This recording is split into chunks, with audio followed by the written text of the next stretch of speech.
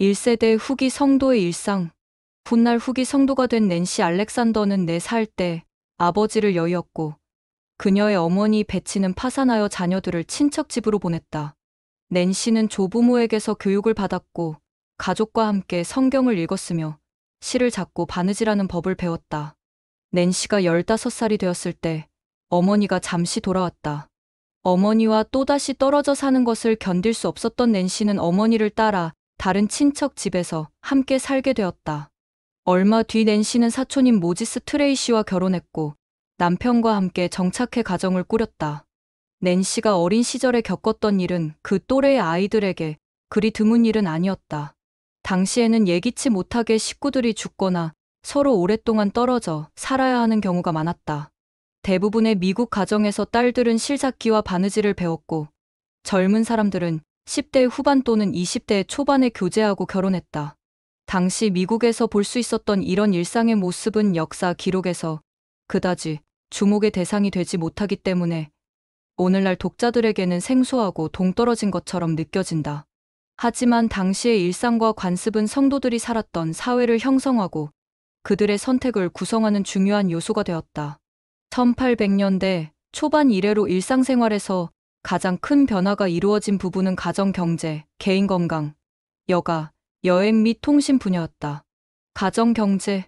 가정 경제는 1세대 후기 성도들의 일상적 하루를 구성하는 축이 되었다. 대부분의 생필품은 가정에서 자체적으로 마련했기 때문에 사람들은 가족들에게 의지해 살아갔다.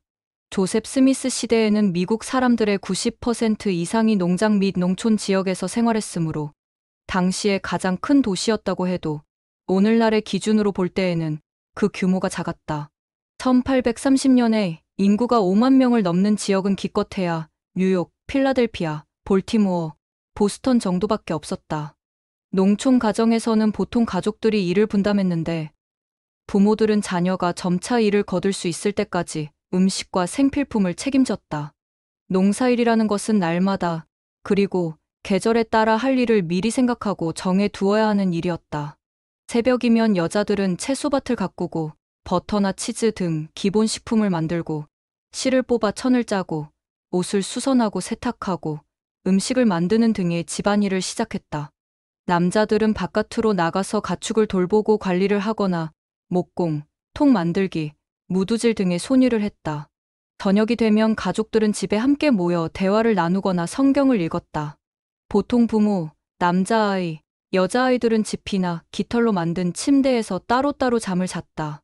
가계의 부담을 덜기 위해 10대 후반이거나 갓성인이 된 자녀들은 배우자감을 찾아 나섰다. 1800년대 초반 중산층이 늘어나면서 사람들은 좀 더 자주적으로 결혼 상대와 시기를 선택할 수 있게 되었다. 결혼을 하려는 주된 이유가 안정적으로 대가족을 부양하기 위한 것에서 둘 사이의 사랑과 행복을 위한 것으로 점차 바뀌었다. 자녀가 몇 명밖에 없거나 아예 없더라도 살림을 꾸려 나갈 수는 있었지만 혼자서 농작을 한다는 것은 대단히 어려운 일이었다. 부모는 자녀가 아동기를 어느 정도 지나고 나면 가사의 보탬이 되기를 기대했다. 초기 세대들에게 양육이란 엄격한 통제를 의미했을 뿐만 아니라 체벌을 통해서라도 자녀의 악한 본성을 다스리는 것을 의미했다. 1800년대 초반 무렵 이러한 관점이 바뀌기 시작하면서 아동기는 성품을 형성하는 시기로 인식되었다. 놀이는 집안일을 하기에 너무 어린 아이들이 시간을 보낼 때는 물론 장차 자라서 맡게 될 역할을 잘 준비하는 데도 도움이 되었다. 여자아이들은 주로 인형을 가지고 놀았고 남자아이들은 체력을 요하는 실외놀이를 했다. 성인기에 접어들면 결혼을 하여 자신만의 농장이나 사업을 꾸리면서 가족에 대한 애착도 자신만의 가족으로 옮겨갔다. 평균적으로 신혼부부들은 결혼한 지 18개월 이내에 아이를 가졌다.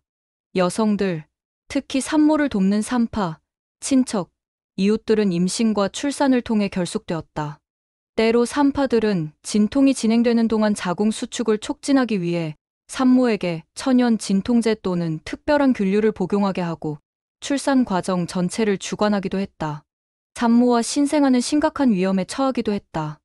일부 통계 자료에 따르면 4% 정도의 여성이 출산 도중 목숨을 잃었으며 신생아는 대략 5명 중에 1명꼴로 태어난 그 애를 넘기지 못하고 죽었다. 따라서 부모들은 대개 어느 정도 시간이 흐른 후에야 자녀의 이름을 짓곤 했는데 어떤 땐 태어난 지 몇 달이 지날 때까지 기다리는 경우도 있었다. 개인 건강. 다른 미대륙 개척자들과 마찬가지로 초기 후기 성도들도 건강 문제에 대해 강박관념이 있었다. 대부분의 치료제가 안전하지 않은 것으로 밝혀졌으며 마을 전체를 도는 질병이 자주 발생했다. 상한 음식, 더러운 물, 전반적 위생 시설 부족 등으로 장 질환이 발생했는데 이는 농촌 지역 사람들에게서 가장 흔히 발생하는 질병이었다. 개인적인 위생이라고 해봤자 손과 얼굴을 물로 씻어내고 몸에 묻은 먼지를 수건이나 걸레로 털어내는 것이 전부였다. 비누는 집을 청소하고 빨래하는 데 쓰였지만 몹시 거칠었던 탓에 피부에는 사용하지 않았다. 꼬박꼬박 몸을 씻는 사람이 거의 없었고 쓰레기 처리 문제가 지속적으로 발생한 탓에 거름 냄새, 화장실 냄새, 땀 냄새, 퇴비 냄새 등이 마을과 도시 구석구석에 배어 있었다. 도시에 사는 사람들은 길거리에 쓰레기를 내놓아 돼지들이 돌아다니다가 먹게 하곤 했으며 농부들은 많은 경우 쓰레기를 땅에 묻었다. 공중위생 상태가 전반적으로 좋지 않았던 데다 쓰레기 처리의 어려움까지 겹쳐 전염병이 만연했다. 그 이후 1세기가 지난 후에야 세균의 작용으로 질병이 발생한다는 사실이 밝혀져 공중위생 상태가 광범위하게 개선되었다. 호흡기 질환 역시 급속도로 증가했다. 19세기에 많은 미국인들은 인체에 4가지 체액이 있으며 이것들이 균형을 잃을 때 병이 생긴다는 이론을 믿었다. 이러한 통념으로 인해 19세기 초반 열병 치료법 대부분은 사열, 즉 인체에서 체액의 균형을 되찾기 위해 병자의 피를 뽑아내는 행위를 수반했다. 당시 내과 의사를 비롯해 여러 의사들은 때로 자신도 모르게 환자의 상태를 악화시키기도 했다. 더운 여름이면 모기로 인해 말라리아와 황열병과 같은 질병이 돌았다. 사람들은 독감에 걸리고 혈액 접촉 및 먼지, 내 미생물로 인해 결핵에 걸렸다. 도시에서는 전염병이 무서운 기세로 창궐했다. 1804년 뉴욕시 사망 원인의 14위 결핵이었다. 접종을 통해 천연두를 예방할 수 있었지만 많은 사람들은 그에 따른 감염과 어쩌면 사망까지도 이를 수 있다는 점을 두려워했고 수십 년 동안 의사들은 실험의학의 회의적인 환자들을 치료하는 데 어려움을 겪었다. 대부분 사람들은 식기 등 가정용품을 소독하거나 자주 몸을 씻거나 의사의 진단을 따르기보다는 민간요법에 의지하곤 했다. 여가. 일상의 공공으로 일이 최우선 순위가 되었지만 가족들은 짬을 내어 여가 활동을 했다. 아무것도 하지 않고 지내는 이들은 부유한 집의 어린아이들 뿐이었다. 그 밖의 모든 사람들은 유흥은 본질적으로 죄악이라는 종교적 관념으로 인해 일반적으로 더욱 절약적이고 근면한 삶을 살았다. 많은 경우 여가는 사냥을 하거나 식사 시간에 산책을 하거나 오락이나 운동 경기를 하는 등 일을 하는 중에 즐길 수 있는 기분 전환 활동이었다. 대부분의 농업 가정에서는 일주일에 6일을 일하고 일요일에는 예배를 보고 휴식을 취하며 그 외에는 공식 모임 또는 선술집 등에서 사람들과 어울렸다. 농촌 지역에서는 품앗이 또는 공동체를 조직해 집을 짓거나 땅을 개간하거나 곡식을 수확하는 등의 일을 했다. 많은 경우 이는 음악과 춤과 이야기를 함께 즐기는 기회가 되었다. 교회를 다니는 사람들은 흥미진진한 설교로 가득한 긴 모임에 익숙해 있었다. 의식적으로 어조의 변화를 주고 극적인 몸짓을 해대는 연사들은 경건한 전도사나 설교자라기보다는 배우에 더 가까웠다. 교회 예배를 포함해 공공 집회는 장시간에 걸쳐 이어졌으며 그 자체로 오락의 한 형태였다. 여행. 당시의 다른 미국인들과 마찬가지로 1세대 후기 성도 대다수에게 이동수단은 도보, 말, 역마차 또는 나룻배였다. 선교사들은 배를 타고 다른 대륙에 진출하며 긴 여행길에 오르기도 했지만 일상적으로는 걷거나 때로는 말을 타고 이동했다. 북미의 도로는 역마차와 진마차가 지나다닐 수 있었지만 숲과 울퉁불퉁한 노면으로 이루어진 오솔길은 날씨의 변화로 밤사이에 없어질 수도 있었다. 미 대륙 개척자들은 봄이 되면 눈이 녹아 흙길이 진흙투성이가 되었으므로 이동하는 것을 꺼렸다.